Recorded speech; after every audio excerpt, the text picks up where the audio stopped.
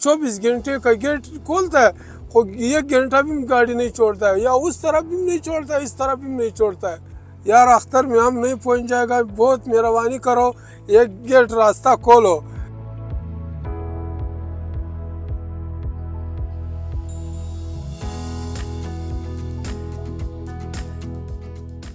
ये एक दिन का रास्ता है, अभी 4 दिन हो गया नहीं पहुंच गया। खैबर में अभी खड़ा है लाइन में, ये रोज़ा है, न रोटी मिलेगा न कोई चीज़, पानी मिलेगा, पर दूसरा आदमी नहीं है हमारे पास, सिलेंडर नहीं छोड़ता है, कोई घर वाला नज़दीक है फिर रोटी देगा, नहीं मिलेगा। एक आदमी क्या करेगा, कि गाड़ी चलाएगा या रोटी पर जाएगा।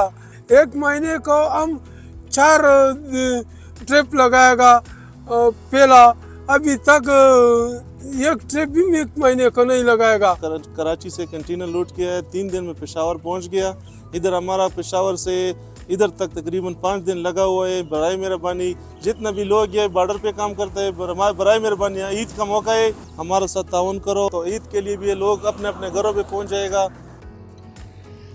अफगानिस्तान साइड में रात को काम बहुत कम हो रहा है, वहाँ पे वो लोग नमाज़ों के लिए वक्फा कर लेते हैं, फिर तरावियाँ पढ़नी होती है, फिर सहरी के लिए भी उन्होंने काफ़ी वक्फा करना होता है।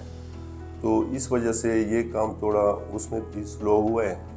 और जो मेन यहाँ पे इशू है ये हमारी कंस्ट्रक्शन की वजह से भी है कि कंस्ट्रक्शन हो रहा है। तकरीबन इस वक्त कोई 400 प्लस के कंटेनर खड़े हैं ट्रांजिट से, और इसके अलावा जो बाकी एक्सपोर्ट की जो हमारी गाड़ियाँ हैं वो भी कोई 2000 के लगभग होंगे। जो ज़ीरो पॉइंट पे हमारा सिर्फ एक ही ट्रैक है, उस ट्रैक पे हमें नंबर से गाड़ियाँ गुजारनी होती हैं, या कभी इंपोर्ट की गाड़ियाँ आएगी या इधर से एक्सपोर्ट की गाड़ियाँ जाएंगी। तो मेन जो रश है सिर्फ उसी वजह से बना हुआ है। इसमें हम तकरीबन 400 गाड़ियाँ प्लस गाड़ियाँ हमारी निकल रही हैं। अफगानिस्तान से भी 400, 350 और यही गाड़ियाँ वहाँ से भी आ रही हैं।